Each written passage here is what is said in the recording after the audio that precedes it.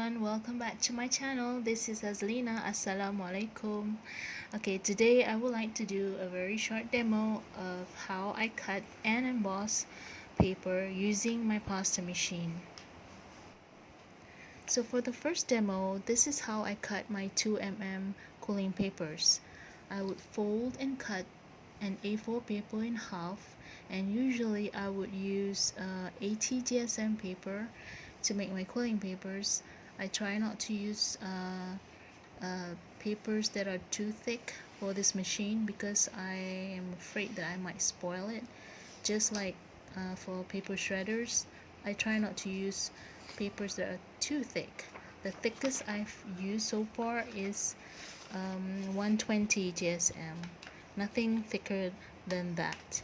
Okay, so all you have to do is just run it through the machine one piece at a time. Notice that I placed the paper right in the middle of the cutting section before I run it through, because I've tried different ways of cutting with this machine, and I find that if I place it right in the middle, it works for me. It maybe work differently for other people, but that's how I managed to cut the paper, by placing it right in the middle.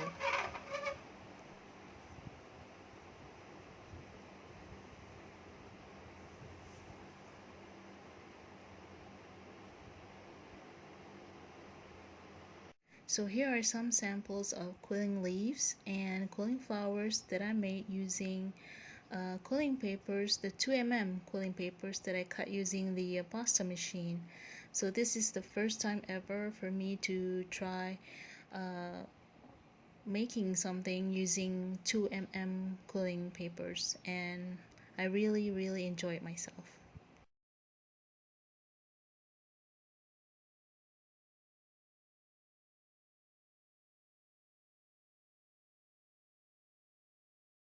Okay, so now here is another demo of me cutting 5mm quilling strips with the pasta machine.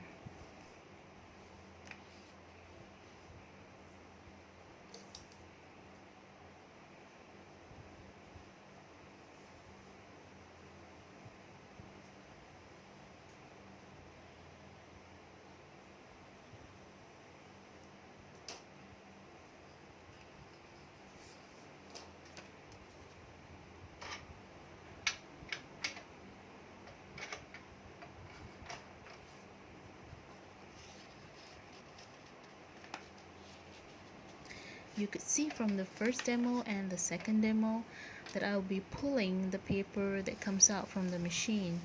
As I'm cutting it, I'm pulling it as well. This is because I want to make sure that the paper comes out straight, because otherwise it may sway to the left or to the right. So pulling and cutting at the same time works. It may seem a bit troublesome, but it works, believe me.